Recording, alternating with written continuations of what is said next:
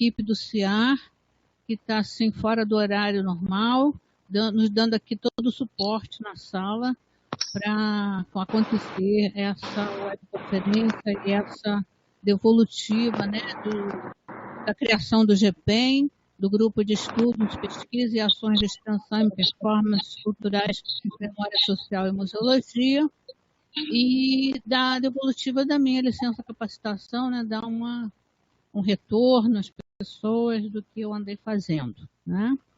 Agradeço demais a Clotilde e a Josiane Kunzler por terem aceito o convite, e a Denise, que está aí participando, o Matheus também da Museologia, já se formou, Matheus?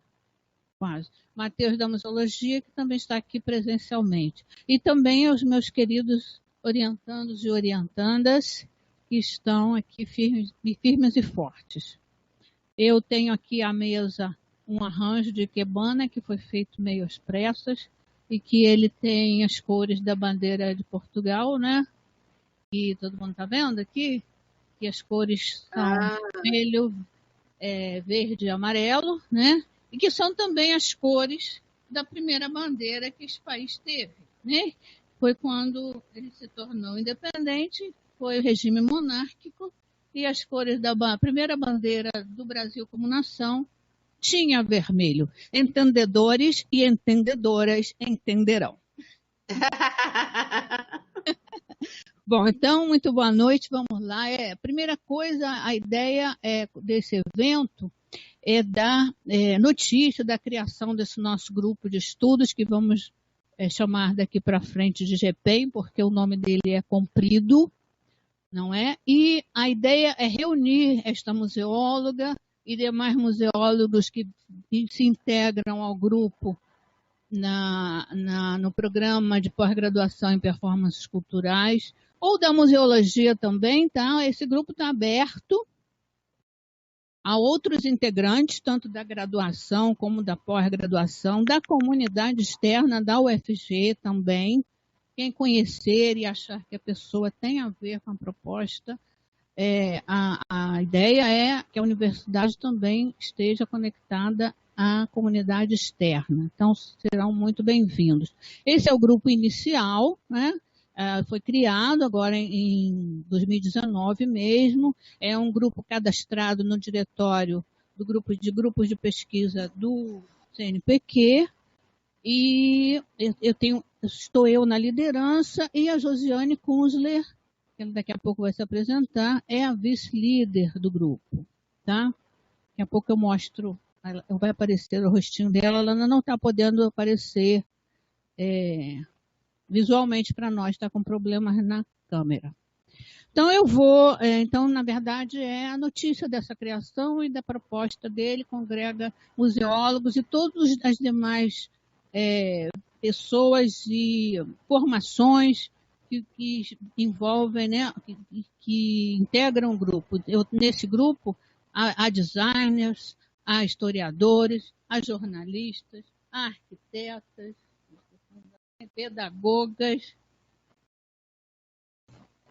pedagoga também, você design, a museóloga que eu já falei, a Janice. Então, ele integra uma diversidade de formações, de pessoas, de propostas de pesquisa, né? Essa é a ideia, e é por isso esse nome tão abrangente. E essa atividade pretende ser periódica. Ela vai ter praticamente o mesmo nome sempre, e só vão mudar os convidados. Então, vamos passar ao que interessa. Vamos começar com a do figurino, pelos convidados externos, né?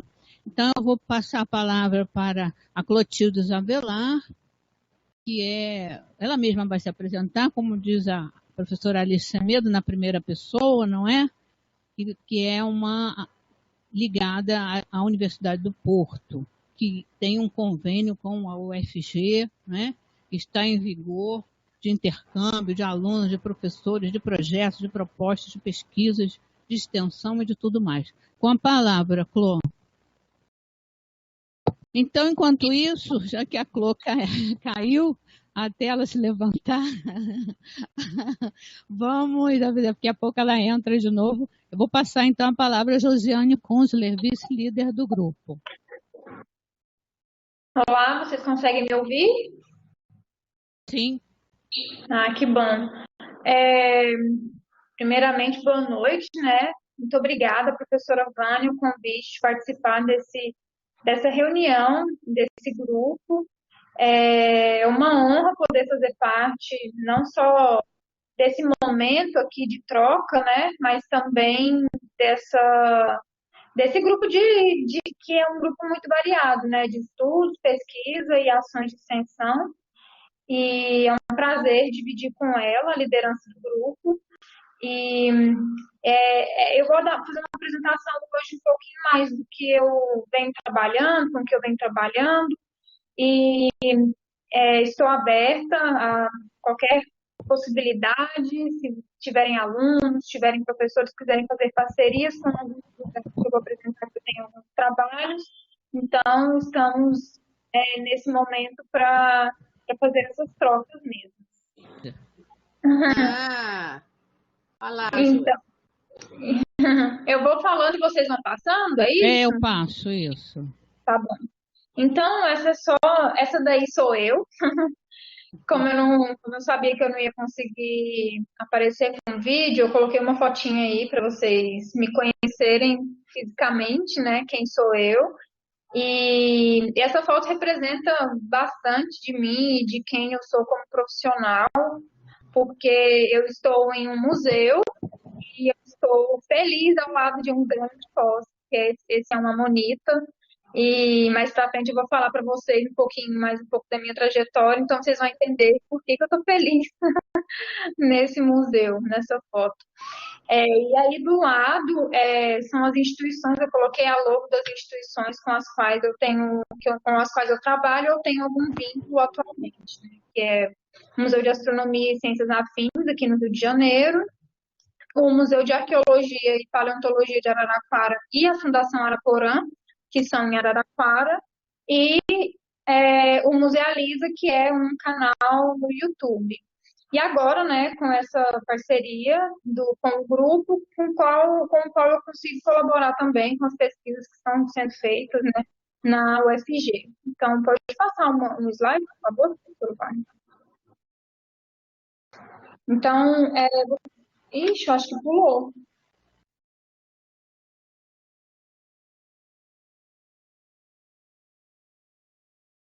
Não. Isso, estava em trajetória, né?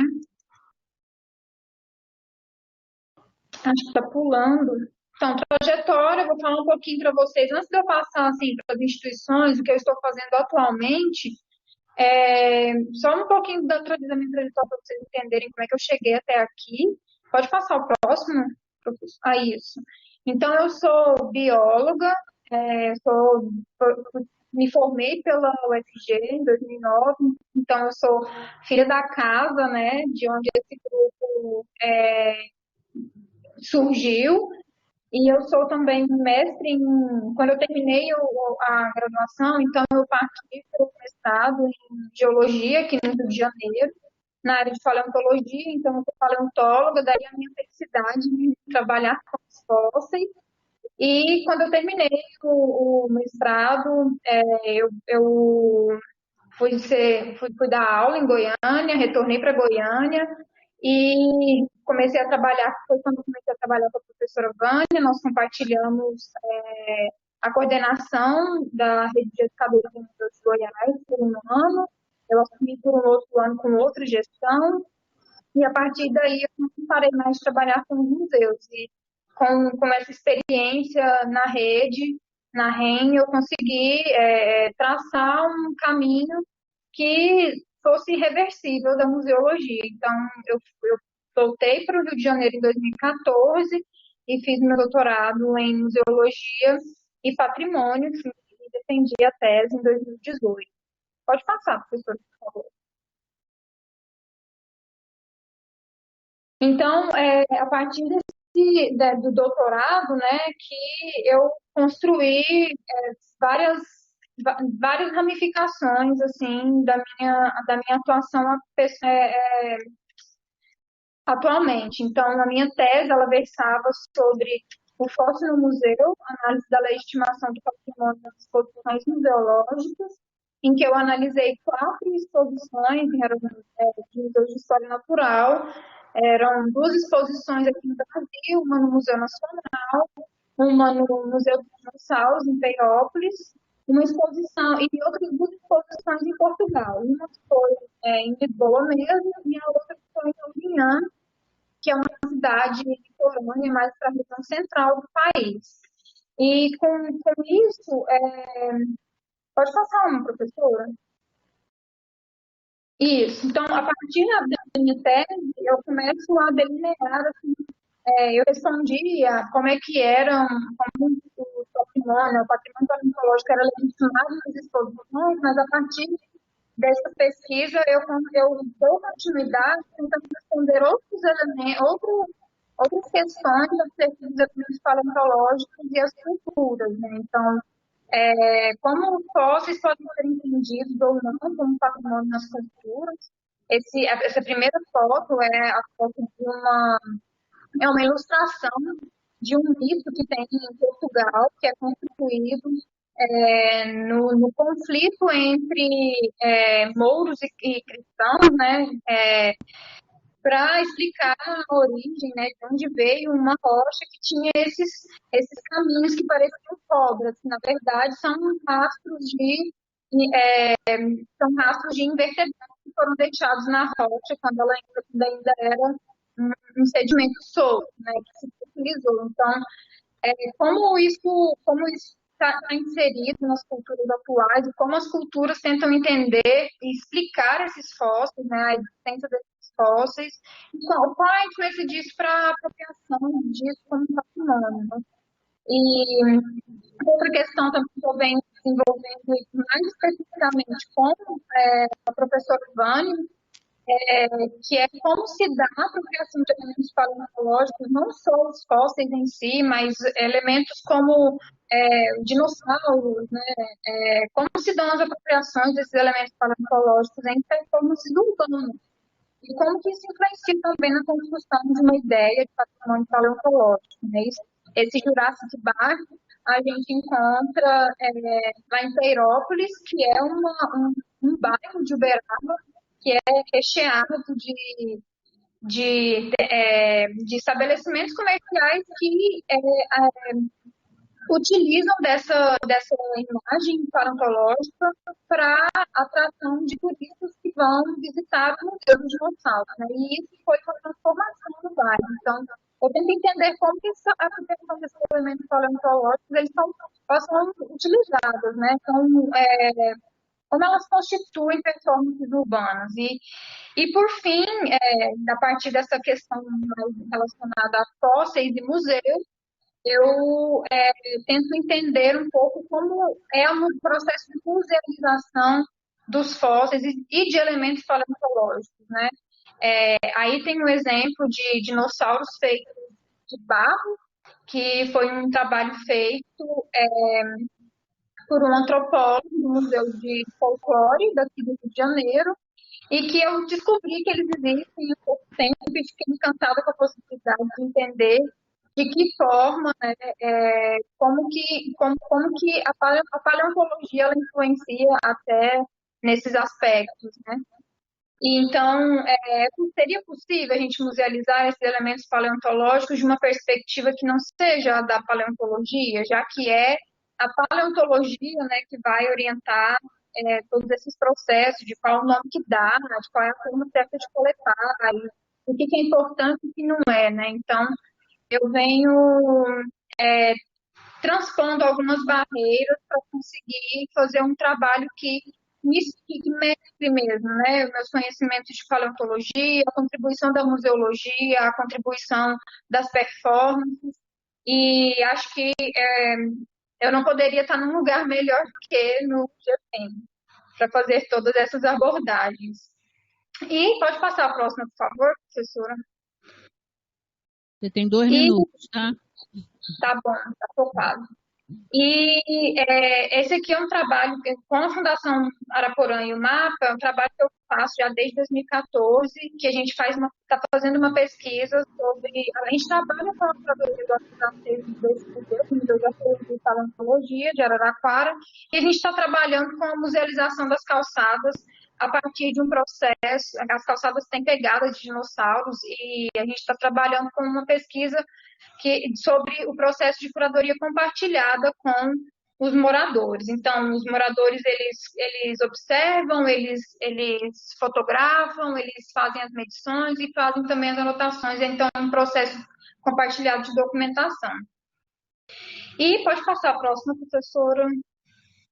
Então, por último, né, penúltimo, atualmente eu sou pesquisadora do PCI, da Coordenação de Educação em Ciências, então eu já trago um pouco da minha experiência como professora de ensino superior, porque a gente está tentando construir um curso de especialização a partir da especificidade pedagógica de um museu de ciências, mais voltado a professores. Então, além dessa pesquisa, eu também desenvolvo a parte de popularização da ciência, que é com mediações, desenvolvo um projeto que chama Objeto do Mês, com a intenção de divulgar, popularizar instrumentos científicos musealizados e atrelar isso ao ensino de astronomia. E agora sim, agora por último, esse é um canal que eu criei para fazer divulgação de museus e museologia e patrimônio, que eu estou muito interessada em novas abordagens. Uma das próximas etapas é a gente fazer divulgação de pesquisas mesmo, construir vídeos que divulguem as pesquisas que a gente faz. Eu acho que a gente pode dar uma atenção maior para as pesquisas que são feitas no GPEM. Então é isso. No último slide só tem o meu contato. Se vocês quiserem conversar comigo, estou à disposição. Muito obrigada mais uma vez, professora Vânia. E desculpem não aparecer. Fica para a próxima, mas muito obrigada pela sua participação. Que bom que você está feliz de integrar o GPEM. Eu e a Josiane temos já alguns anos de trabalho em conjunto, temos muita afinidade de trabalho, né? Então, ainda vamos fazer muitas coisas. Agora sim, muito obrigada, Josi. Agora sim, a palavra é com a Clotilde Zabelar. Então, boa noite, tudo bem? Boa noite a todos, né? Quero agradecer o convite para integrar. Está me ouvindo? Sim, perfeitamente. Então, quero agradecer o convite para poder integrar o grupo, sim, fiquei muito contente de poder fazer parte, né, desse coletivo de investigadores, vamos dizer assim.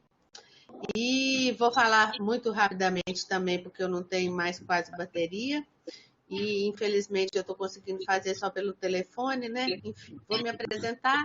Meu nome é Clotilde Zabelar Teixeira. Eu, atualmente, desenvolvo um projeto de pós-doutorado na Universidade do Porto, em Portugal. Eu sou historiadora, formada pela graduação na UFMG e o doutorado também, só que o meu doutorado eu fui para a ciência da informação, trabalhar, porque lá na UFMG a museologia, né, está na ciência da informação, e trabalhei no doutorado com o patrimônio material, educação e os museus virtuais, né? Atualmente desenvolvo lá em Portugal um estudo sobre os museus do norte de Portugal, com os trabalhos educativos e o uso da tecnologia digital, né? E a minha proposta de projeto sequente a essa, porque eu estou finalizando já esse pós-doc, né? Então, a minha proposta de pesquisa, que integra, né, o grupo, diz respeito aos intercâmbios culturais e à herança portuguesa, né? São as representações e as imagens nas festas populares brasileiras. A ideia é refletir, né, por meio da investigação, da análise, né, e da produção do conhecimento, dentro do tema das performances culturais, os processos de intercâmbio que aconteceram entre Brasil e Portugal no que diz respeito às festas populares, né? A ideia, então, é trabalhar essa representação e as imagens nas festas populares e todo esse movimento da cultura, esse permanente intercâmbio, né, que faz a cultura estar sempre em movimento, e essa transformação que ocorreu daquilo que nós herdamos para aquilo que a gente produziu pelo que a gente se apropriou, né, e transformou como a nossa cultura, com a cultura brasileira, né, que é nessa linha, muito pensando desses 200 anos que vai acontecer em 2022, que vai ser a comemoração, não sei se, né? Mas é um marco, essa data é um marco de 2022, porque fazem 200 anos da oficialização, né, de uma independência brasileira, enfim, de um processo independente e de uma suposta criação de um Estado-nação brasileiro, né? E daí todas essas referências que foram, então, recebidas por nós e transformadas, né? Que 100 anos mais tarde a gente tem na Semana de Arte Moderna de 22, novamente uma releitura disso com o movimento antropofágico, né? E essa relação do patrimônio, da cultura e do conhecimento representado, né? De que forma que isso está representado nas imagens que estão nas festas populares. Bom, a ideia é essa, tá? O projeto ainda está sendo construído e adaptado, mas essa é a intenção e esse é o objetivo. E estou muito feliz de fazer parte do grupo, espero que a gente possa trocar muita coisa e fazer um grande grupo, assim, um bom intercâmbio também entre nós, não é? Muito obrigada, Clô. Eu conheci a Clô agora na minha capacitação na Universidade do Porto, que ela estava lá, daqui a pouco ela volta para lá também, não é? E foi a primeira pessoa a responder quando eu divulguei o grupo, né? Ele havia sido cadastrado, credenciado pelo CNPq, e foi a primeira pessoa que deu o nome, deu contato para integrar o grupo, e já está aí nesse processo de maturação dessa ideia, né, que ela está alinhavando para ter uma pesquisa voltada para o nosso grupo especificamente. Seja muito bem-vinda. Eu estou vendo ali que a Denise se interessa em participar do grupo, já está, então, tá, Denise? Seja muito bem-vinda. E, enfim, vamos continuar nossa programação aqui. E eu vou chamar agora, então, seguindo a nossa programação, os demais integrantes do grupo, né, que são da casa, por isso que eles ficaram para depois, né? Então, eu vou chamar na ordem alfabética para não ter, né, nenhuma... Olha, desculpa, Vânia, eu vou ficar até minha bateria acabar. A hora que eu sumir é porque acabou, tá? Tá bom, querida, fique à vontade, tá? Eu vou chamar, então, agora a Eliane Lobão da Costa, nossa Lia, né, que vai falar sobre a pesquisa dela. Pesquisa de mestrado. Esta é a Lia Lobão. Boa noite a todos. Estou muito feliz em estar participando desse nosso primeiro encontro, estar conhecendo os nossos colegas de fora. E o meu projeto de pesquisa, eu sou aluna do mestrado, né? Sou pedagoga, e o meu projeto de pesquisa tem por título Performance do Carimbó de Maiandeua, Memória e Identidade Cultural. A minha linha de pesquisa é Espaço, Materialidades e Teatralidades, e a minha orientadora é a professora Vânia. Então, eu pesquiso o carimbó da ilha de Maiandeua. Maiandeua é uma ilha no estado do Pará, só para sintonizar um pouco, é uma ilha no estado do Pará e tem um carimbó específico, que é um carimbó chamado praieiro. É um carimbó diferenciado.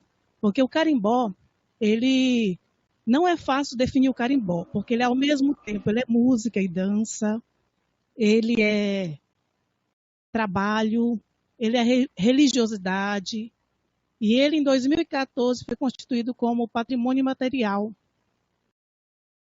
pelo IPHAN, né?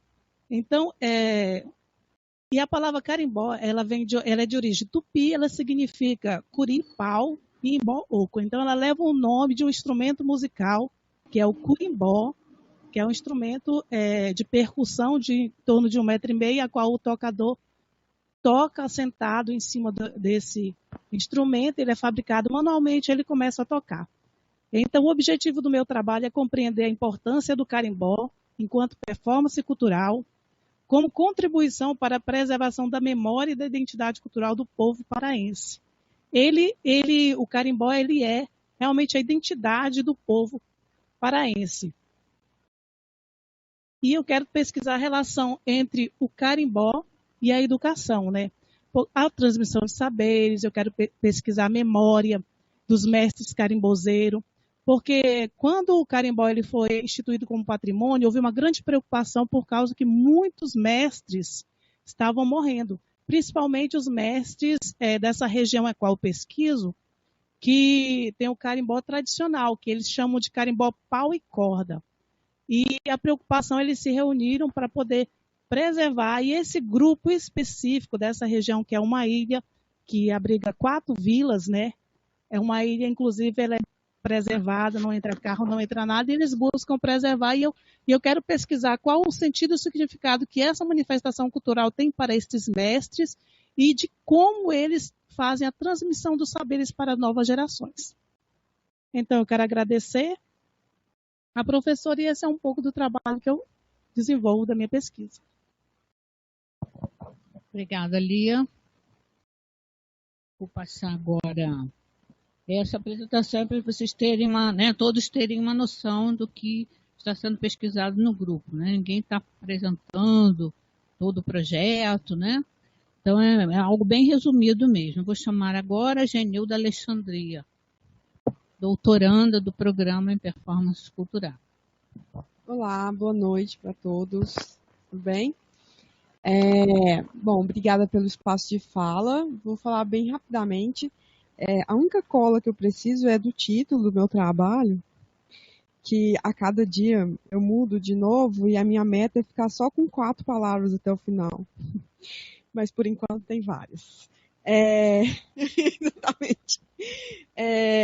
Bom, como a professora Vânia adiantou, meu nome é Genilda Alexandria, eu sou designer com uma trajetória não muito linear, tenho uma incursão pelo âmbito dos estudos do patrimônio e da cultura, um mestrado em cultura visual e agora estou fazendo o doutorado em performances culturais sob a orientação da professora Vânia.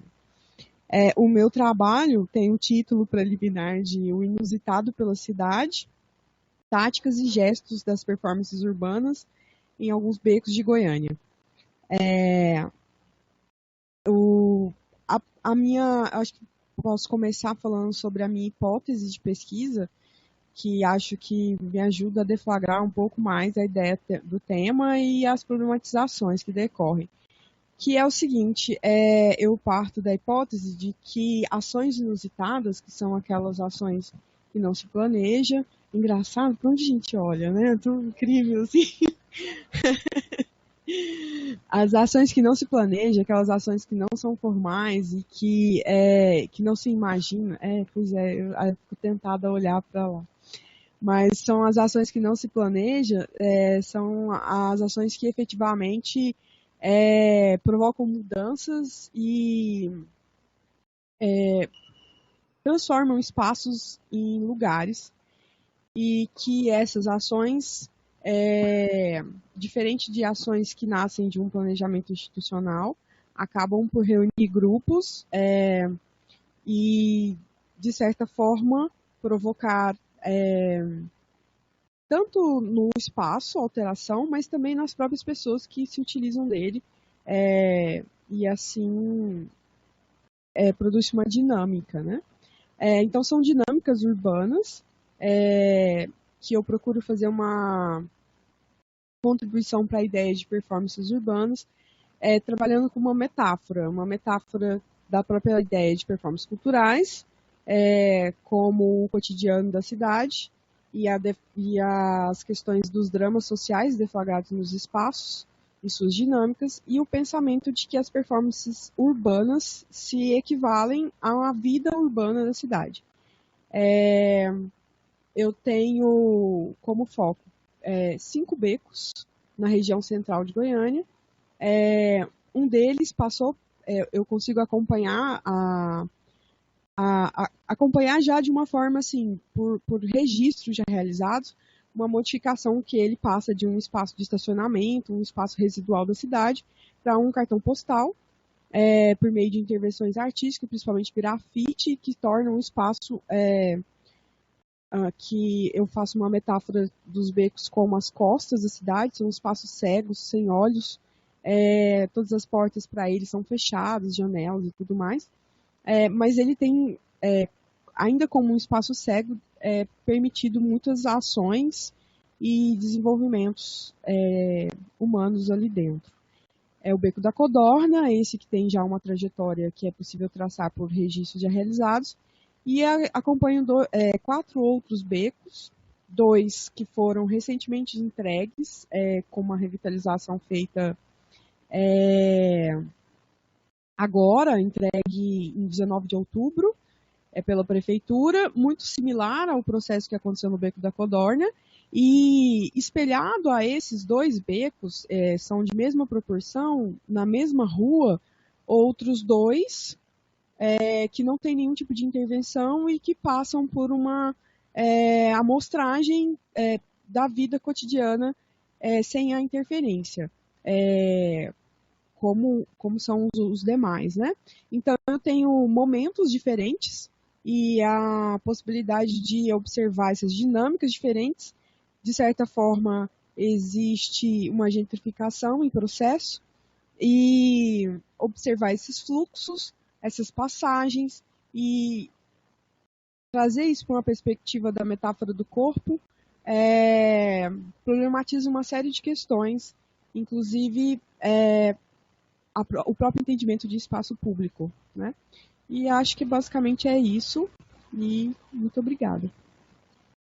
Agradeço, Genilda, agradecemos, todos assim bem sintéticos, respeitando o horário, muito bom. Eu vou agora chamar a Giovana. Giovana Tavares, também é doutoranda do programa em Performances Culturais.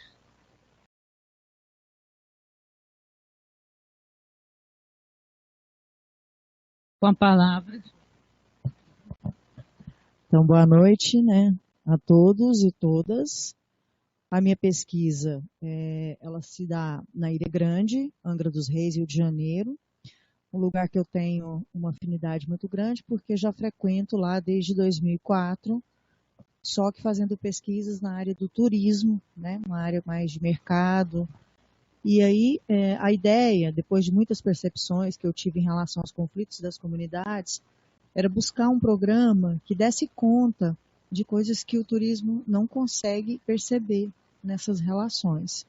Então, eu encontrei nas performances uma forma de entender melhor os conflitos que existem na comunidade pós o período do fechamento do presídio. A Ilha Grande ela passou por várias fases, desde o seu descobrimento, que foi quase que concomitantemente com o descobrimento do Brasil.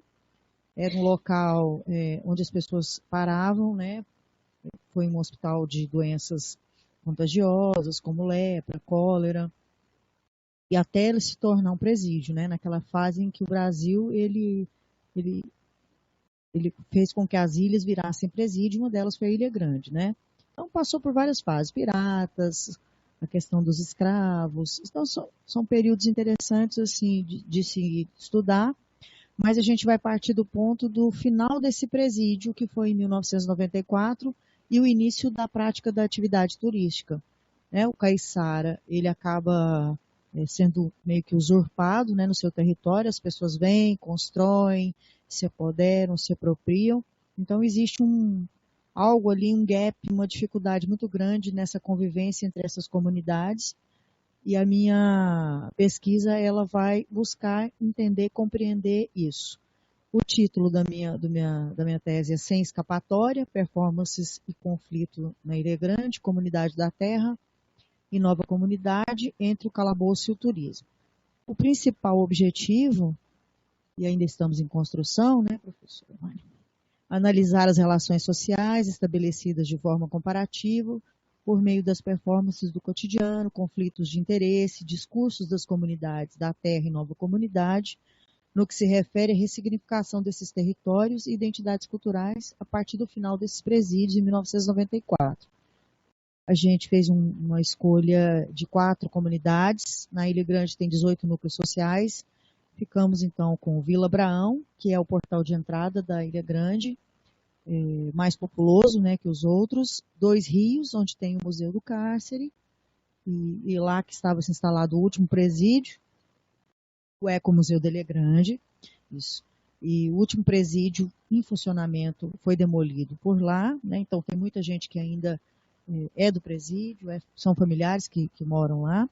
Aventureiro, que é uma área de proteção ambiental, onde também tem uma grande comunidade de caiçara, e Provetá, que é uma comunidade evangélica, que convive com o turismo com muito conflito, né?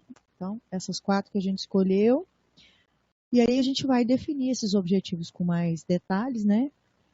Esses conceitos de comunidade da terra e nova comunidade, porque eles acabam se misturando muito.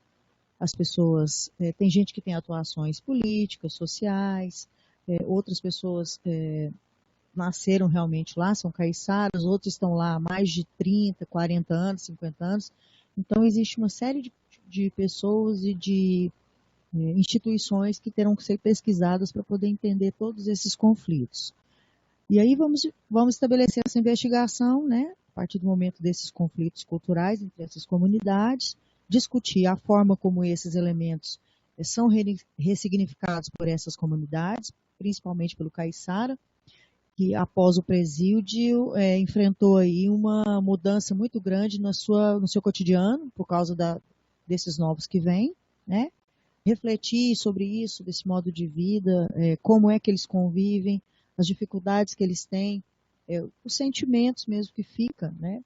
E eu tenho feito algumas entrevistas, a gente percebe uma dificuldade muito grande de relação efetiva entre essas comunidades.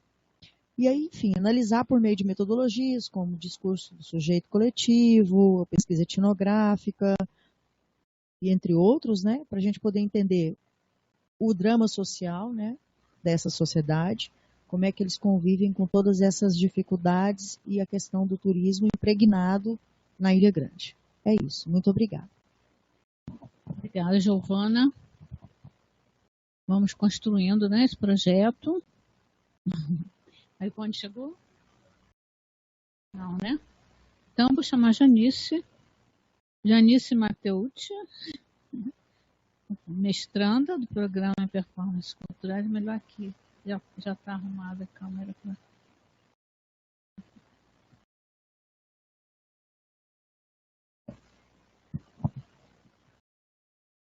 Boa noite. Olhar ali. É a primeira vez que eu participo de um evento assim, então é meio complicadinho, mas vamos lá. Eu quero agradecer o convite da professora Vânia e agradecer a vocês também pelo sim em participar do nosso grupo, porque eu me considero membro do grupo, né? Fiquei muito feliz com a ideia desse grupo de estudos, principalmente porque é uma área que eu gosto, que eu sou museóloga. Vânia foi minha professora, agora é minha orientadora no mestrado. O meu objeto de estudo são idosos, desde a minha formação, da minha graduação, que eu atuo com idosos numa associação de idosos aqui, onde eu criei um Museu de Idosos do Brasil. E lá existe um grupo de cantigas de trabalho e de fiandeiras, que é a minha grande paixão, onde a minha mãe atua também como voluntária lá, que ela é assistente social aposentada. E desde então o meu trabalho tem sido desenvolvido com elas.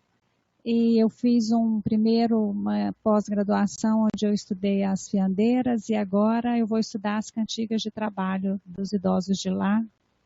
O meu projeto tem como nome inicialmente as performances das memórias nas cantigas de trabalho dos idosos do Museu da Associação dos Idosos do Brasil. Eu pretendo traçar a trajetória deles, porque alguns idosos lá, as músicas são compostas por eles, a grande maioria vieram do meio rural, e eles aprenderam esse saber com as suas famílias, com seus antepassados, e eles continuam fazendo essa transmissão, e eles começaram a agregar novas músicas também, porque o mundo vai evoluindo e eles estão evoluindo juntos, né? Então, eu quero estudar essas transformações, porque hoje eles apresentam em vários espaços pela cidade, onde eles são convidados, e a interação das pessoas quando assistem eles às suas apresentações, a maioria fala que já ouviu aquela música, que o avô cantava, que a mãe cantava. Então, eu quero fazer essa pesquisa, buscar essa relação do público e a relação do idoso com o público e o que foi as transformações que eles sentiram na vida deles a partir do momento que eles passaram a atuar, que eu falo que hoje, eu falo não, eles falam que agora eles são artistas, que eles vivem de apresentar. Então, eu quero estudar isso e salvaguardar também a memória deles lá nessa associação, para novas pesquisas, novas pessoas que se interessem em trabalhar com cultura popular, com cantigas de trabalho e com idosos. É isso. Muito obrigada. Sucesso na pesquisa. Eu chamo agora a Karine Monteiro, também a doutoranda do programa em Performances, para falar um pouco da sua pesquisa. Você está ligada aí, né, Denise? Muito bem, acompanhando tudo. Depois vamos ter sabatina. Boa noite a todos. É um prazer fazer parte deste nosso grupo que está iniciando de uma forma muito gostosa, né? De uma forma onde a gente tem diversas áreas, vários estudos, vários profissionais que vão poder colaborar conosco para que esse grupo realmente se perpetue e que tenha todo o sucesso. Obrigada, professora Vânia, pelo convite e obrigada aos colegas também, né, pela oportunidade de poder falar um pouco da minha pesquisa. Eu sou Karine Monteiro da Silva, eu sou aluna do doutorando da turma de 2018, a professora Vânia é a minha orientadora e eu trabalho desde o meu mestrado, que foi em Ciência da Religião, com foco em movimentos sociais, com uma festa regional que nós temos, religiosa, a maior que nós temos na nossa região, que é a Festa do Divino Pai Eterno. É uma expressão na qual, durante a Romaria, ela traz mais de 3 milhões de pessoas para uma cidade relativamente pequena e que foi fundada, sim, através dessa perspectiva religiosa. Então, o meu trabalho aqui, no momento, com a performance, está intitulada em O Divino Pai Eterno Arte, Performances Culturais e o Imaginário Coletivo do Fenômeno Religioso.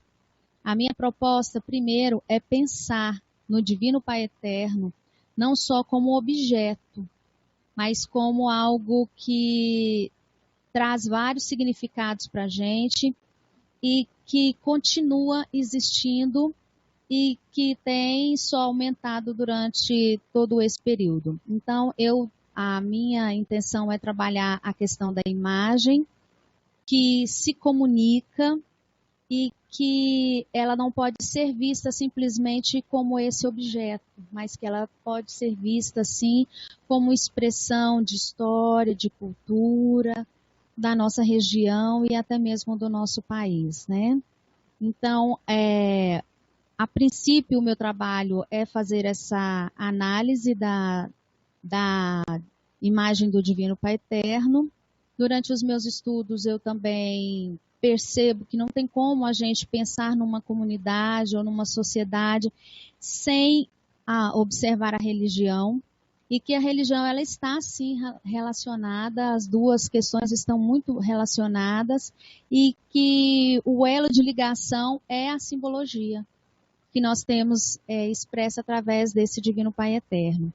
Essa é uma romaria que está completando praticamente 200 anos, porque a gente não tem muitos relatos históricos precisos a respeito, e que as pessoas acreditam no mito de um machado milagroso, e que é passado essa história de geração para geração e que até hoje se perpetua. Primeiro foi encontrado um medalhão de barro e posteriormente, para suportar o tamanho da festa, foi produzido uma outra imagem em resina.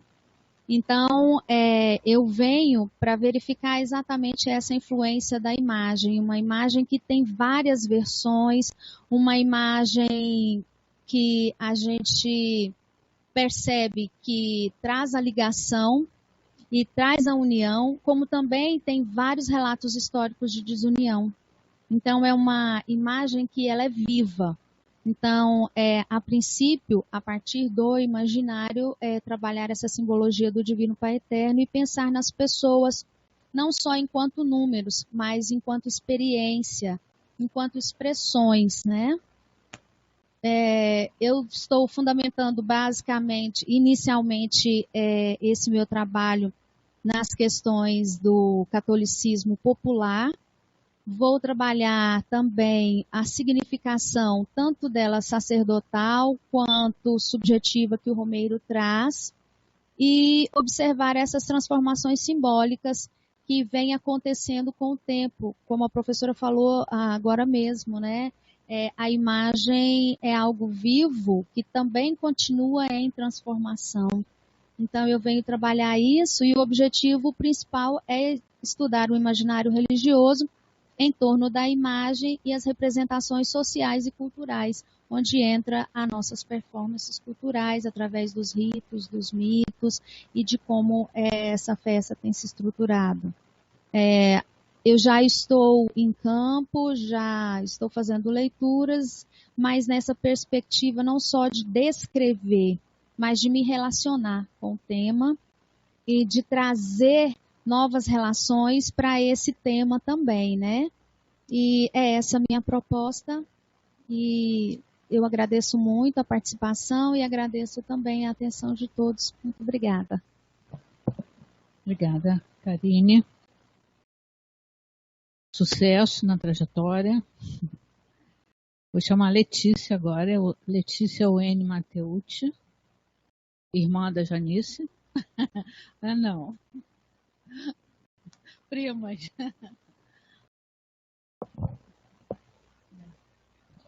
Boa noite, meu nome é Letícia, eu sou formada em jornalismo e mestranda pelo programa de performances culturais sob orientação da professora Vânia. Agradeço o convite ao grupo. E o meu projeto de pesquisa ele está intitulado como os Cantos de Presépio como identidade da comunidade pirinopolina.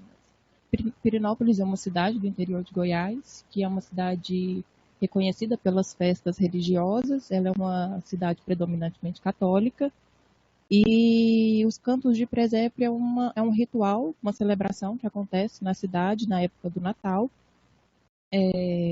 Um grupo de senhoras, elas aprenderam esse ritual com as suas mães, com as suas gerações anteriores. É uma tradição que vem passando de geração em geração pela família da Dona Laurita.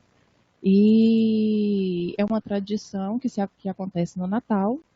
Ela se inicia no dia 25 de dezembro e ela se estende até o dia 6 de janeiro, no Dia de Reis, no qual a comunidade de Pirinópolis monta o presépio na sua casa. Convido a Dona Laurita para celebrar os rituais dos Cantos de Presépio. A Dona Laurita vai até a casa do devoto e faz a celebração que é feita, é uma reza cantada. Então ela tem uma caderneta com 25 músicas, hinos aproximadamente, e em cada casa ela canta alguns desses hinos. E aí, depois dessa celebração que elas cantam, em cada hino, ele narra a trajetória do nascimento de Jesus, então são hinos específicos para o Natal. E depois que eles fazem toda essa celebração, que eles cantam na casa do devoto, eles são convidados, então, para confraternizar com o lanche que o próprio devoto oferece para as rezadeiras. Enfim, é uma tradição que, no decorrer do tempo, ela foi ficando mais enfraquecida, porque as rezadeiras, atualmente, elas são mulheres idosas, elas têm dificuldade de se locomover, e os jovens, atualmente, não têm interesse em levar a tradição para frente, eles não têm interesse em resgatar essa tradição que está se perdendo. Então, como Pirenópolis ele é uma cidade tradicionalmente católica, que tem muitas festas religiosas, essa é uma das que se encontra ameaçada. Então, esse é meu objeto de pesquisa, eu tenho a pretensão, o objetivo de discutir a permanência dessa e a continuidade dessa tradição dos cantos de Zéphyr, porque ele se encontra ameaçada. E, num primeiro momento, a gente fez um levantamento histórico para compreender, através da memória dessa comunidade, como foi se instituindo essa identidade dessa comunidade. Inclusive, os cantos de presépio é uma das tradições que compõem essa identidade dessa comunidade. E a partir de agora, então, a gente pretende fazer as relações junto com as performances culturais para poder dar andamento na pesquisa e levar e investigar a importância do ritual para o legado cultural da cidade de Pirenópolis. É isso. Obrigada, Letícia. Eu chamo agora a Roberta Machado Silva. Mestranda do programa também. Oi, boa noite. Eu não falo tão bonitinho e tô um pouco rouca. Enfim, tá frio aqui. A Vânia veio de Portugal e quer congelar a gente. Eu sou Roberta Machado, sou formada em arquitetura. Tive um percurso grande na arquitetura e me encontrei palhaça. E por isso que eu vim parar aqui. E eu tenho me perguntado até hoje se é isso mesmo, que beco é esse que eu me meti. Enfim. Nesse meu percurso, então, o meu estudo é sobre por que esses grupos de voluntários goianos escolhem, elegem a figura do palhaço nas suas atuações. Bom, aí nesse percurso eu vim entender, então, quem são esses grupos, né, onde vivem, o que comem, por que fazem isso. E eu fiz um trabalho de sondagem, de mapeamento mesmo, para entender quem são essas pessoas e o que elas estão fazendo aqui. Nesse percurso eu descobri 29 grupos. Eu não sei se eu vou lembrar todos os dados, porque eu não sei por que raio eu não trouxe nenhuma cola. Mas tudo bem, vamos lá. Eu descobri 29 grupos. Desses 29, 25 trabalham com a figura do palhaço, ou seja, muita gente. Mais de 1.000 pessoas fazem parte desses 29 grupos, né? E 86% deles são mulheres. Nesse percurso eu descobri também que nos últimos 3 anos já nasceram mais de 20 grupos de palhaços, o que é assustador até, né? São muitas pessoas elegendo essa figura, assim, então provavelmente é porque ela tem um impacto grande na memória e no inconsciente coletivo, né? Que é o que eu defendo no meu mestrado. E desses 25 grupos eu tinha que eleger alguns para trabalhar, para me aprofundar, né? E aí eu, então, procurei eleger os que trabalhavam com a figura do palhaço, os que responderam às perguntas, né? O questionário de sondagem, porque nem todos responderam. Os que tinham mais de 4 anos de atuação, que eu acredito que por já participar e por estar envolvida no processo, eu acredito que é um tempo de maturidade dos projetos, dos grupos que trabalham, né? É um tempo que o grupo não morreu, continua vivo e continua atuante. E desses grupos me sobraram então 5. 2 deles eu faço parte ativamente, então eu não poderia escolhê-los, porque eu já tinha uma visão bem profunda do trabalho, e então eu escolhi 3 grupos, que é o Tropicando em Sonhos, Condutores do Riso e Semeadores da Alegria. Nesse processo eu acompanhei eles com uma entrevista com os gestores e com acompanhamento de uma visita também, né? O Tropicando em Sonhos eu não consegui acompanhar, porque o gestor nunca me dava uma resposta, mas os outros eu consegui.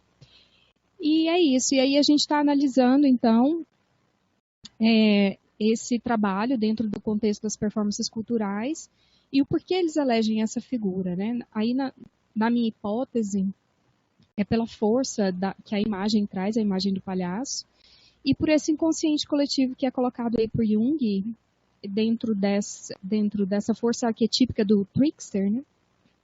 E é isso aí, a gente vai defender, talvez. Boa noite, meu nome é Vinícius, eu sou designer gráfico e jornalista também, tenho formação em comunicação social e artes visuais. A minha pesquisa é sobre uma folia de mulheres que é realizada lá na cidade de Pirenópolis também, mas no caso é um caso mais específico porque acontece num distrito lá próximo da sede do município. É um distrito que já foi elevado à categoria de cidade e atualmente voltou à categoria de distrito pela população e, enfim, por questões econômicas também. O título provisório do projeto é Entre Giros, Esmolas e Donzelas, uma prática performática de mulheres na folia de São João, e trata basicamente de uma pesquisa sobre essa folia de São João, que é realizada anualmente, sempre no dia de São João, dia 24 de junho, com um giro único que acontece na cidade, diferente, por exemplo, da folia de Reis, onde esse giro, né, esse percurso acontece durante vários dias.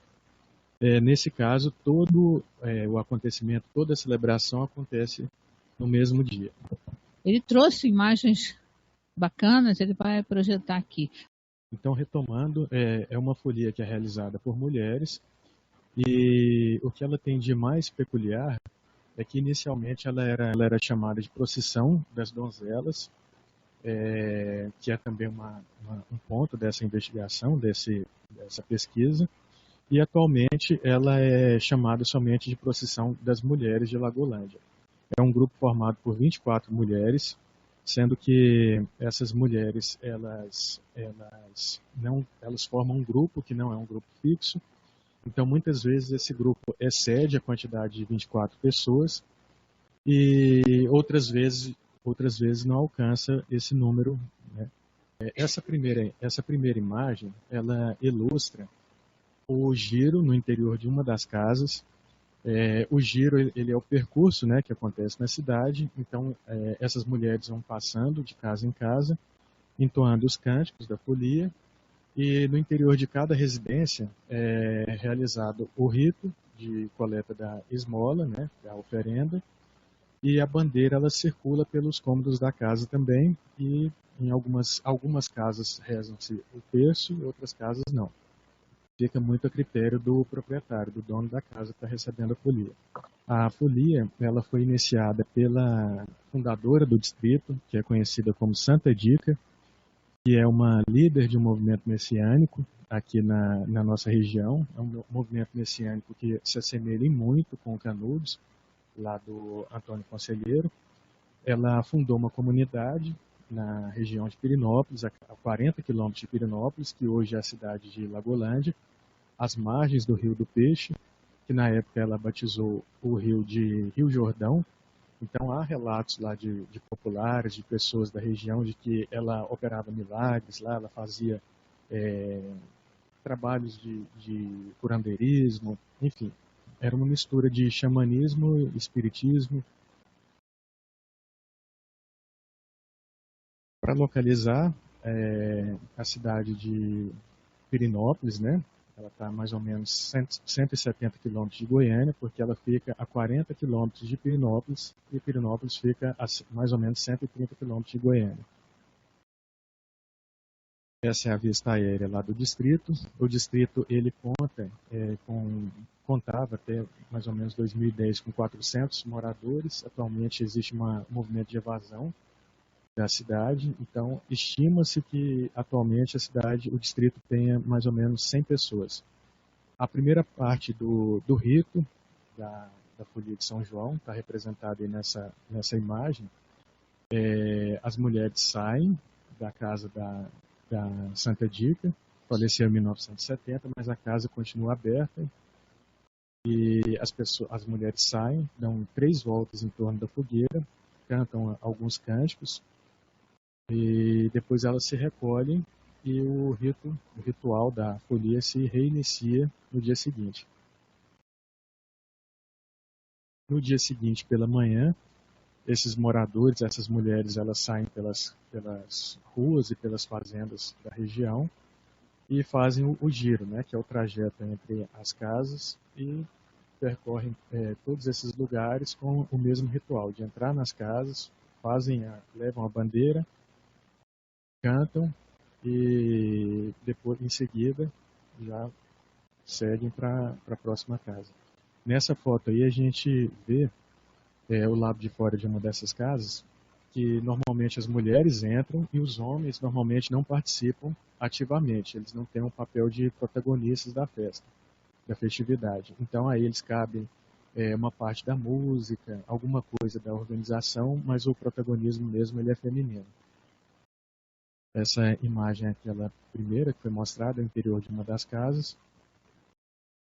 Essa imagem ilustra, né, esse protagonismo das mulheres, o papel do homem de ser responsável pela música ou algum tipo de organização. Esse é o grupo de mulheres de 2018. O grupo ele não é um grupo fixo, então nesse ano, por exemplo, já houve mudança. O uniforme também varia anualmente. Eles trocam. A bandeira representa São João, então a bandeira ela tem uma durabilidade maior dentro dessa festa.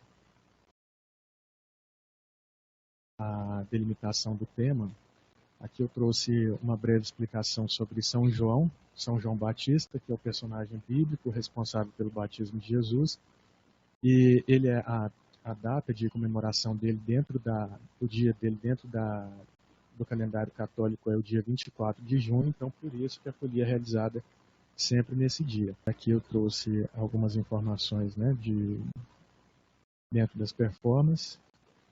E o objetivo geral é de compreender e analisar a procissão das donzelas, também conhecida como procissão das mulheres, que está inserido dentro da folia de São João e que é celebrada anualmente em Lagolândia. E tem também por objetivos, né, os específicos, identificar de que forma a manifestação pode ser lida como performance, identificar as integrantes e demais participantes da procissão, bem como os simbolismos que envolvem os rituais, e conhecer os elementos tradicionais da procissão, bem como os ritos e os aspectos que tornam a manifestação peculiar, e identificar a performance de memória individual e ou coletiva relacionada com o grupo da folia fundadora do povoado, que é a Santa Dita. Então é isso. Eu agradeço. Obrigada, Vinícius.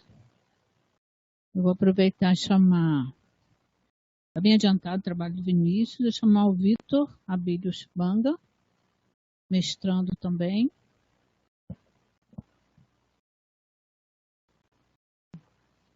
Agora, então, Vitor. Vitor também será o responsável pela parte artística do evento. Não percam. Boa noite, eu chamo Vitor Chibanga. A minha pesquisa que eu trago aqui é em torno da performance de Timbila moçambicana e suas redes culturais, da estrutura invisível à estrutura visível. A Timbila, que é o objeto da minha pesquisa, é um instrumento musical que pertence ao grupo de xilofones, que no singular ela chama-se Mbila, e no plural chama-se Timbila. E esta expressão cultural é tocada pela etnia Xop, que é um grupo que é muito conhecido em África, exatamente em Moçambique, localizado na província de Zavala, distrito de Zavala, quer dizer, e que eles registram as suas histórias, suas vivências na música. E a timbila é um instrumento que é bem conhecido porque na história da etnomusicologia em Moçambique, os primeiros registros sobre a etnomusicologia começam com essa expressão artística que é a timbila, que foi estudado por muitos etnomusicólogos, e mesmo no processo do processo da colonização, das primeiras fases de reconhecimento em África, pela visita dos missionários, começam os primeiros registros pelos padres missionários. Então, ela já começa a ser datada a partir do século XVI. E dizer que e também a escolha deste tema deve-se ao facto de essa expressão cultural ter se tornado como patrimônio imaterial da humanidade em 2004. E os shoppings são assim tão muito conhecidos por esta questão da timbila, porque é uma expressão que assemelha-se à ópera, porque ela tem uma estrutura de uma introdução. Ela não é uma música como tal, mas ela é uma peça musical que tem uma introdução, começa por um mutitsu, tem a entrada dos bailarinos, até o mutitsu oguito, que é o fim dos próprios do processo da dança. Um dos problemas que levou a desenvolver esse estudo sobre a timbila deve-se ao facto que temos constatado que nos estudos sobre as performances culturais há um maior interesse em olhar as performances culturais a partir da sua estrutura visível. É aquilo que é o produto final que é apresentado no palco, e não se dá uma grande importância dos outros elementos que estão por detrás, são o que eu chamo aqui dos elementos que fazem parte da estrutura profunda. Estamos a falar, e diante deste problema, desta falta desta atenção à estrutura mais profunda, eu levanto aqui como uma pergunta de partida: até que ponto as performances da timbira se configuram como uma rede complexa de interações culturais? E diante desta pergunta de partida, o objetivo da minha pesquisa é compreender as performances da timbira a partir das suas complexas redes de relações culturais, compartilhadas dentro da sua estrutura profunda, em diferentes dimensões históricas, sociais, culturais, no contexto colonial e pós-colonial.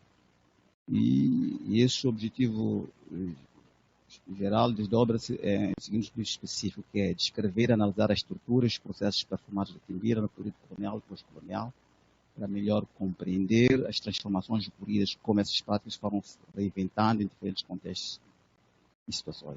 Ao estudar, na análise desse objetivo, eu quero ver os processos de transformação, porque a questão da colonização em África, especificamente em Moçambique, foi uma ação violenta que, de certa forma, criou uma destruturação, uma tentação de desestruturar aquilo que são as práticas culturais. Então, nesta perspectiva, eu pretendo analisar até que ponto que transformações foram ocorrendo ao longo do tempo. E o outro objetivo específico que eu quero é analisar os elementos culturais que são acionados nas performances da timbira, que contribuem para o produto final, que nem sempre estão visíveis e que fazem parte da estrutura. E diante desse objetivo específico, eu quero ver a questão, por exemplo, que não podemos compreender uma performance a partir daquilo que é apresentado no palco. Tem a questão, por exemplo, com o mito, o mito de origem da própria expressão cultural. Então, nessa questão, por exemplo, do mito, eu quero, ao falar da origem da timbila, eu quero fazer uma análise comparativa entre os discursos narrativos científicos com os discursos míticos que se traz da origem, porque a boa parte das narrativas sobre a timbila, ela começa a partir dessa visão do outro, dessa visão ocidental, que se impõe acima de uma narrativa já existente. Então, pretendo trazer essa discussão e também dar uma importância à questão da oralidade, porque falamos de uma expressão cultural de povos ágrafos e tradição oral, que eles registram, escrevem todo o seu percurso de vida, a sua história, quer contexto, questões econômicas, sociais, culturais, na música. Então, dentro dessa perspectiva, queremos ver a questão da oralidade. E nessa questão da oralidade também olhamos a estrutura da própria música, das canções, porque os povos de expressão oral, tradição oral, elas têm, por exemplo, uma característica as músicas são de perguntas-respostas e também as letras não são muito longas. Então, nessa questão de pergunta-resposta, eu quero procurar essas características são efetuadas porque, por serem de tradição oral, ela já é uma forma de fazer com que as pessoas possam memorizar aquilo que é a mensagem principal que é difundida no próprio evento. E também descrever como as performances da timbira se articulam com as memórias coletivas compartilhadas nas memórias rituais comunitárias. E nesse processo de compartilhamento, queremos ver também como elas dançam, porque é uma performance, eles dançam aquilo que é a memória dos, como eles reconstroem esta memória através da dança e como eles articulam e compartilham a questão dos mais velhos para os mais novos, a comparticipação do processo da copresença dos mais novos acompanhados dos mais velhos para o processo de transmissão. E também analisar como os estudos das performances culturais interconectam com os saberes transmitidos a nível das performances culturais. Então, e ver até que ponto essa visão da performance da Timbila, ela estabelece uma relação com as teorias como do Bauman e do Milton Singer, e então tentar discutir isso aí, tentar discutir essa questão. Então, nesse processo também, para além dos mitos, quero ver a questão do olhar as performances culturais nesta relação dos eventos oficiais e dos eventos não oficiais, porque geralmente, nesse processo, a boa parte dessas práticas, quando ocorrem nos eventos oficiais, elas são impostas regras para serem tocadas, a questão da limitação do tempo, são impostas a questão das vestes, como, por exemplo, o que está ilustrado aí. Essa não é a veste que normalmente eles usam quando estão no seu contexto social. Se tratar de um evento oficial, eles usam camisetas que são colocadas com marcas de edições no qual participam ou que financiam o evento. Então, há todo esse processo de ver essas transformações, como elas ocorrem no contexto oficial e no contexto não oficial. E, também, a pesquisa para fazer a questão da memória e também a questão dos contextos, porque os contextos, geralmente, no contexto onde os grupos sociais, eles criam os seus sentidos, os seus significados. Então, praticamente, a pesquisa é em torno da Timbila, a partir da estrutura dos aspectos visíveis e dos aspectos invisíveis. E a minha tutora é a Vânia Dolores, e eu também agradeço pelo participar deste grupo de pesquisa, e vamos levar esse trabalho em frente. Obrigado. Agradeço, Vitor. Sorte minha por tê-los todos, né, como orientandos. Obrigada pela escolha, estou muito feliz com todos. Eu estou vendo ali que entrou a Lara Pérez, museóloga, muito bem. Lara, a professora Nádia também, nos assistindo, nos ouvindo. Muito obrigada. E, enfim, os integrantes, esqueci alguém não, né? Os integrantes todos já se apresentaram suas pesquisas. E Mailer ou Mailer, não sei quem é, mas tudo bem, acabou de entrar, seja bem-vindo. Obrigada. Vinícius Luz, também. Ele está dobrado, presencialmente e online. Muito legal. Então, vamos lá. Eu agora, seguimos melhor, né? Seguimos em frente. Então, acho que agora é o momento em que eu quero pedir a Gabriel, mais uma vez eu agradeço ao Centro Integrado de Aprendizagem em Rede, o CIAR, pela disponibilidade de dar o suporte técnico fora do horário, né? Gabriel, que está nos dando suporte, a Milton, que preparou tudo e está também assistindo ali, né? Também está online.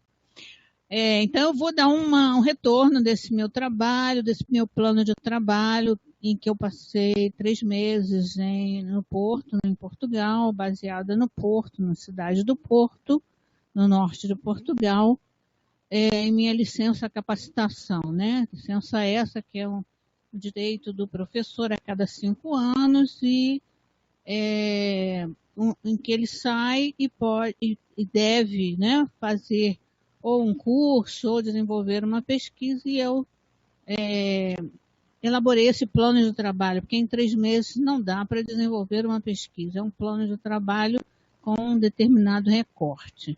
Pode passar, por favor. Então, na verdade, o projeto maior, né, são as performances e representações do diabo nos acervos museológicos de cultura popular. Ele nasceu quando eu fui fazer o meu pós-doc em 2016 na Universidade do Estado do Rio de Janeiro, sob a supervisão do professor Dr. Ricardo Gomes Lima, e já era prevista extensão a acervo de Portugal, de Espanha e América Latina. Nessa licença capacitação, eu tive a oportunidade, e graças também ao convênio que existe entre a UFG e a Universidade do Porto, que me acolheu, né, na pessoa da professora Alice Semedo, da Faculdade de Letras da Universidade do Porto. Então, o meu recorte lá são os acervos museológicos de arte e cultura popular de Portugal. Já existem alguns produtos desse projeto que nasceu lá no final de 2015, né? Foi um artigo sobre o pós-doc de museus brasileiros que está sendo finalizado agora, né?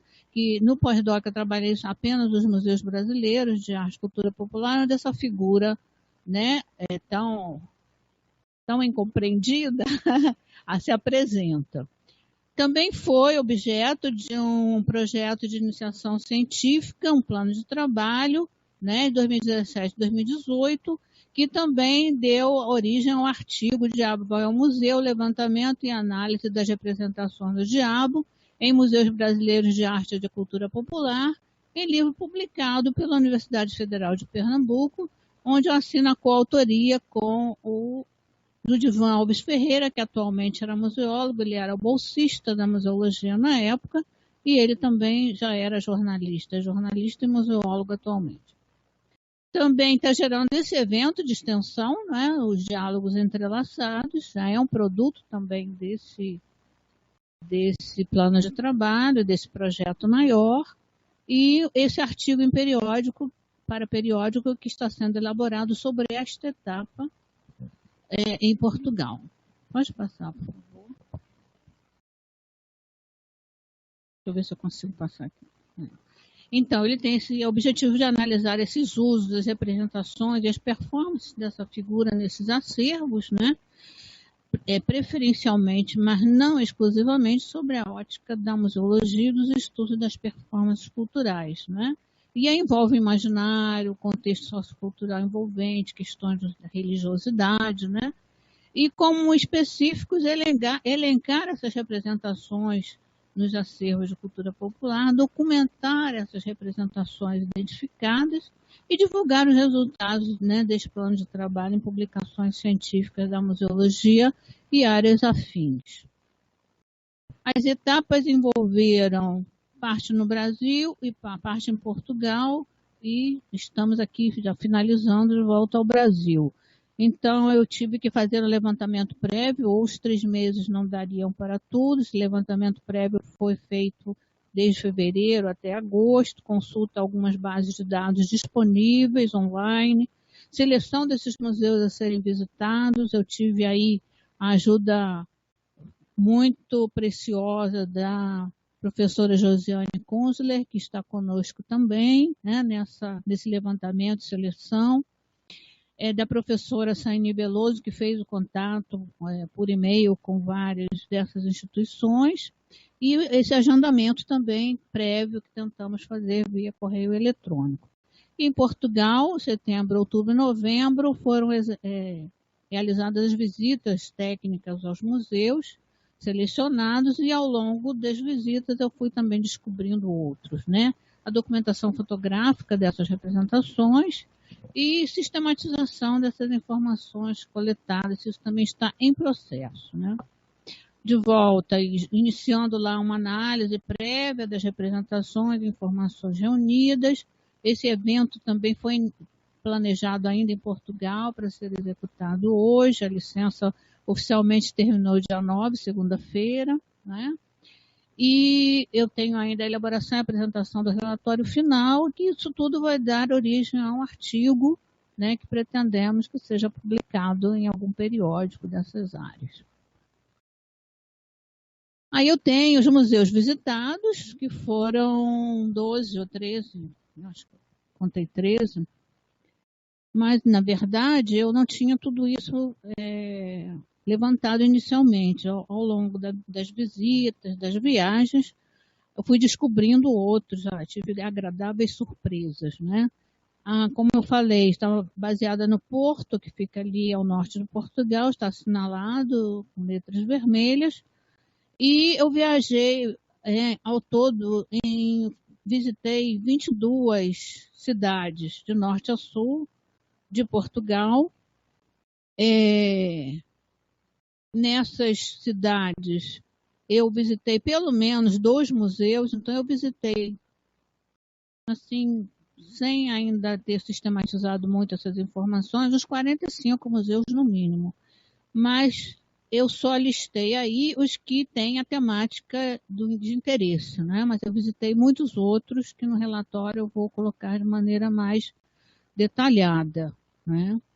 Então, eu tenho ali alguns que estão assinalados em negrito, né? Quer dizer, branquito no caso, né? Centro de Interpretação da Máscara Ibérica, que fica numa aldeia que se chama Lazarim, no município de Lamego. Vocês procurarem ali, tá? Ainda norte, né? Perto de Amarante. Isso. Mais ou menos perto, não tão perto de Amarante, e aqui, aliás, em Portugal é tudo perto, né? A gente em 6 horas vai de norte ao sul do país, né?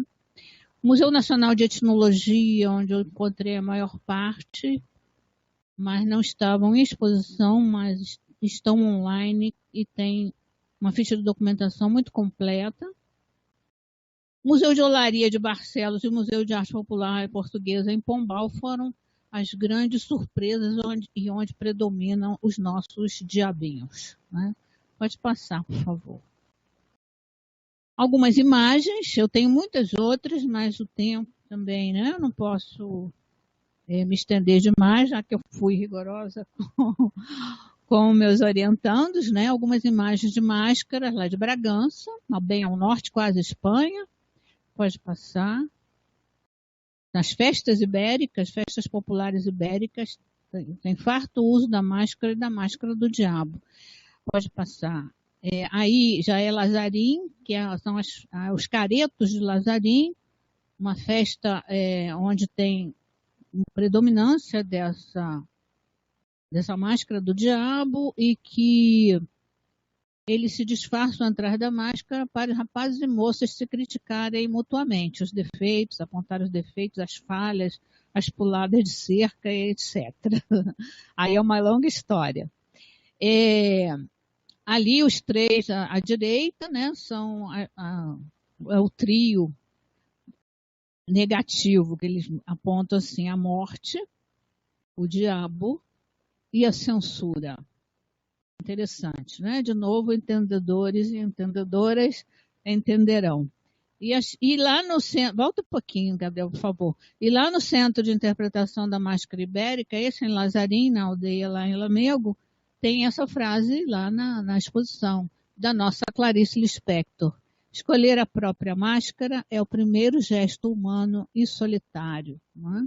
A máscara esconde, a máscara revela também. Vamos lá. Aí eu já tenho expressões de Barcelos, né? A Júlia Ramalho é um grande nome lá. E assim, as mulheres foram as iniciadoras da representação do diabo no barro, né? Eu tenho ali a Júlia Ramalho, é um grande nome mesmo. Ela teve 8 filhos, quase todos atuando com cerâmica.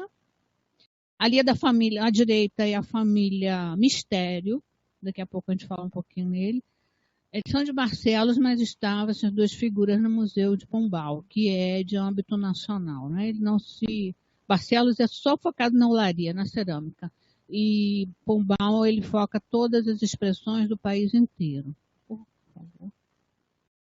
Aí em Barcelos, então, a cerâmica é tão forte e essa diaba aí, aumentando, né?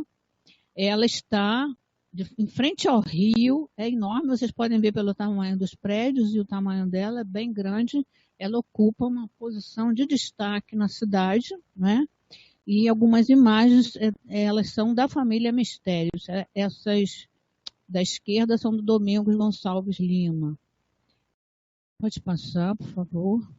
Ali o diabo está espreitando e no próximo a gente tem o que está naquele texto ali, que eu acho um texto belíssimo. Pode passar.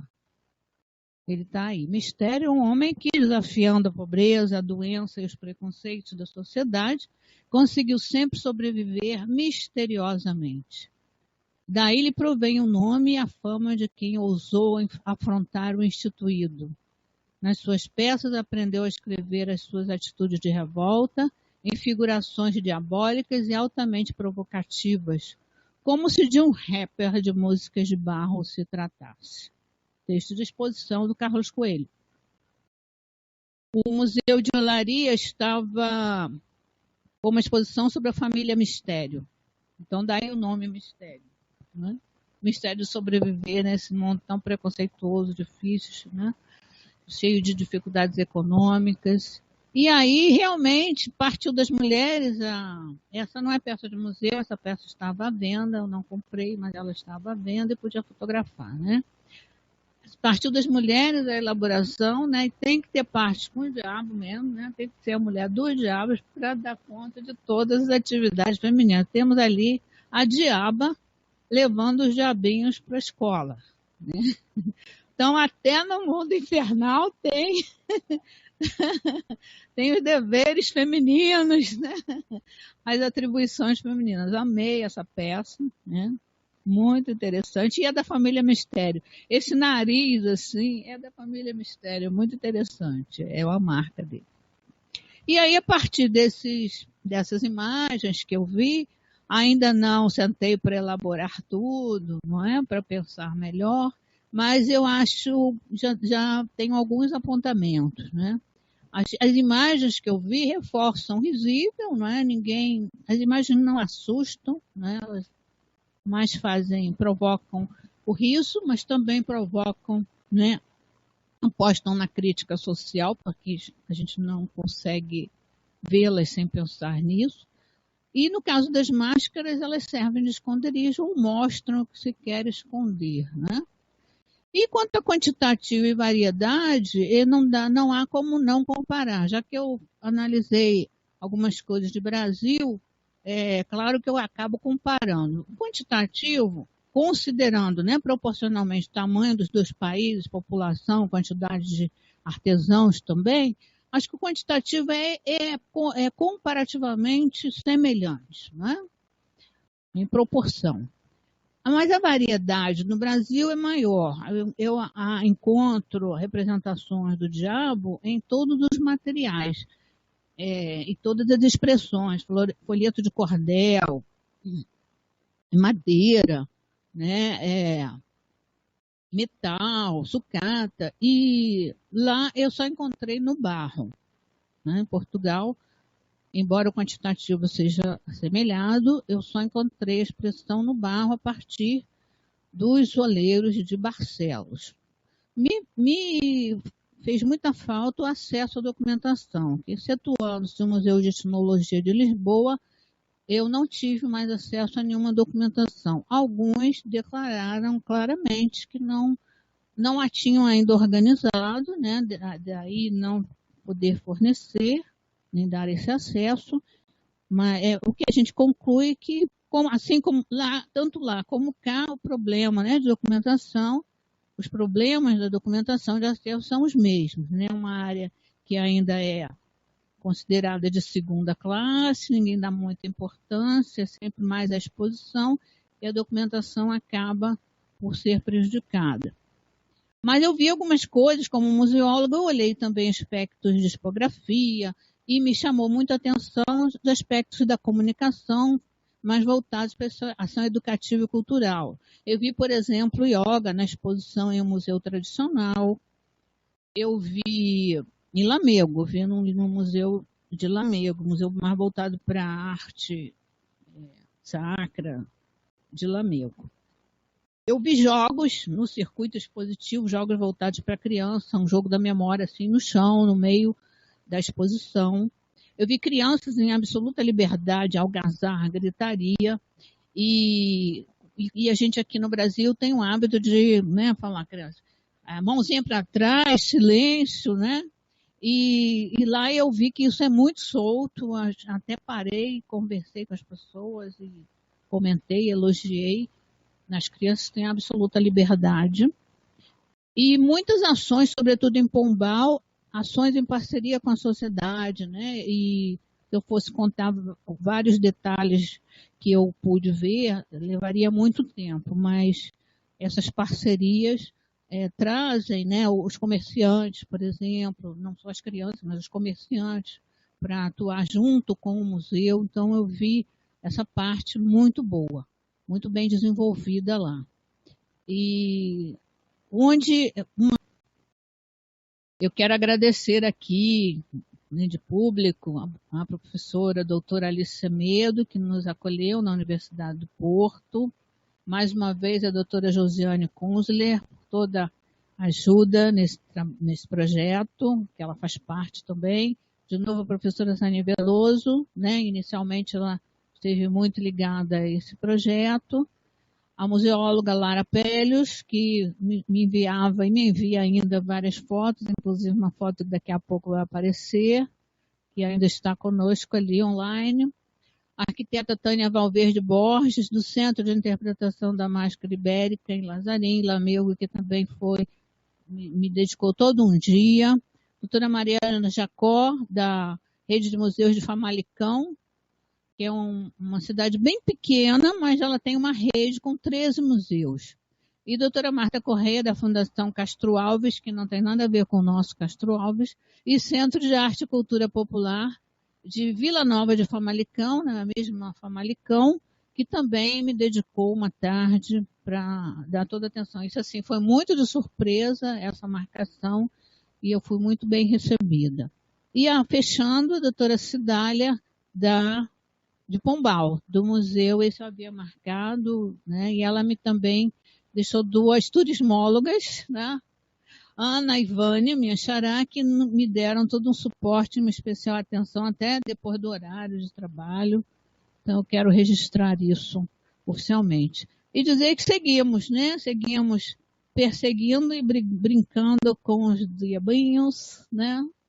E a foto da Lara Pelhos aí, dessa foto, esse grafite é do Acácio Tatu, e tá lá no beco da Rua 8, beco na Rua do Lazer, né? E achei muito interessante. Obrigada, meu contato aí, para quem não tem, né? E obrigada pela atenção, para todos que vieram, para o CIAR, mais uma vez, a Milton Gabriel. Obrigada. Se alguém tiver alguma pergunta... Estamos às ordens, não só eu, como o grupo. Ah, é isso, Lara, eu te vi você entrando ali. Denise está desde o início, participando muito, escrevendo suas opiniões, já entrou para o grupo também, não é? Professora Nádia, muito bem-vinda de novo. Enfim. Lara, descobri uma coisa muito interessante, né? Que ou estuda o mesmo tema ou passou a estudar, né? Depois que descobriu o filão. Mas eu descobri no final da pesquisa, não tive mais tempo de ir, que em Figueira da Foz, eu descobri em Pombal e tive o livro, o catálogo em mãos, foi feita em julho deste ano, uma exposição que talvez ainda esteja em cartaz, eu não sei, sobre as representações do diabo. Então, tipo, o título, deixa eu ver se eu me recordo. Na Figueira com o Diabo à Beira, algo assim. Mais ou menos assim era esse o título, mas eu já estava muito no final. A Figueira da Foz fica mais ou menos no meio, no centro de Portugal, mas é litoral, né? E não deu. Infelizmente não deu. Eu vou tentar o contato e vou obter esse catálogo que eu não pude ganhá-lo, eu só vi. E interessante. Mas as ideias, né? Eu acredito que as ideias estejam no ar, né? Estão no vento. E a gente capta ou acaba captando por outros meios também. Mas que bom. Que era a minha ideia, nunca consegui, porque quando eu elaborei esse projeto, começaram as crises econômicas no país, não é? E a ideia era fazer até uma exposição na UERJ, né? Quando eu comecei o pós-doc, essa era a ideia. Mas aí vieram várias coisas, vários acontecimentos que cortaram as verbas. A Lara está dizendo ali que precisamos vincular a loucura com o capeta. Sabe-se lá, né? Porque também temos um lanche que infelizmente não dá para ser online, né? Então, só o Gabriel e o Hamilton ficou depois da hora só esperando esse laço, tenho certeza. Né? Está ali falando que é mesmo. A apresentação do Vitor, é agora, a apresentação musical para encerrar o evento. Né? Ele falou da Timbila. Nossa, ele falou da Timbila e agora vocês vão ver e ouvir a Timbila com o Vitor Chibanga.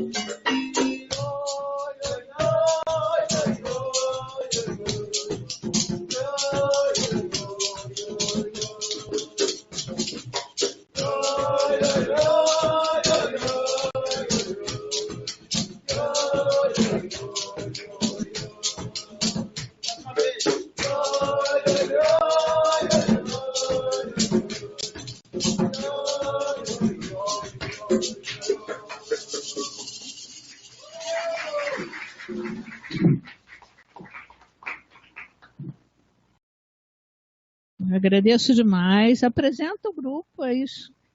o apoio.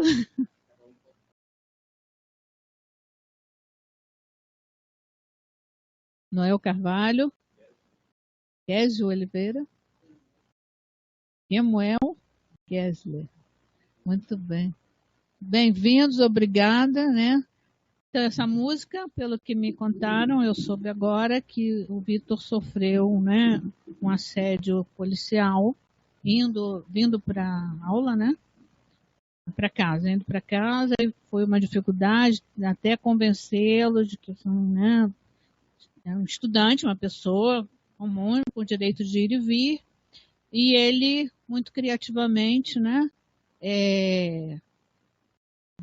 através da arte, né, ele compôs essa música, não é isso? É uma maneira que ele trabalhou toda essa humilhação que ele sofreu, essa injustiça, esse preconceito, um crime, né? É inominável isso, como é que um ser humano, um policial para o outro, por suposição, né, por alguma coisa maluca da cabeça dele, que aquele cidadão é contraventor, né, está fazendo algo errado. E aí a arte vinha aí para libertar, para trabalhar isso de forma positiva, embora essas marcas, né, não se apaguem, né? Fica a mágoa, fica o constrangimento, fica a tristeza, fica tudo o ódio mesmo, né, que eu acho que é a raiva profunda mesmo que se sente, e você conseguiu transformar até numa música que, se você não prestar atenção na letra, ela até é alegre, né? Tem um ritmo muito agradável, contagiante. Obrigada mais uma vez, né? E vamos em frente. Obrigada, então, a todos. Lara está ali, lindo, parabéns, obrigada.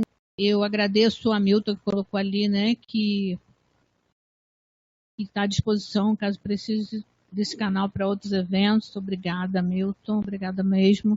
Obrigada a todos que estiveram aqui presentes. Obrigada a todos que estiveram online conosco. E, como diz lá aquele slide, seguimos no GPEM, seguimos atrás dos diabinhos e seguimos tentando expurgar esse mal, né, que se assola a sociedade, né, e não é o diabinho que faz mal, é o mal que está aí espalhado, tomando conta, né, de tudo. Mas enfim, o bem vencerá, o bem sempre vence. Oi? Eu gostaria só agora de parabenizar o trabalho de todo mundo. Adorei todas as apresentações, são trabalhos muito inspiradores e eu desejo muito sucesso para o desenvolvimento de todas as pesquisas.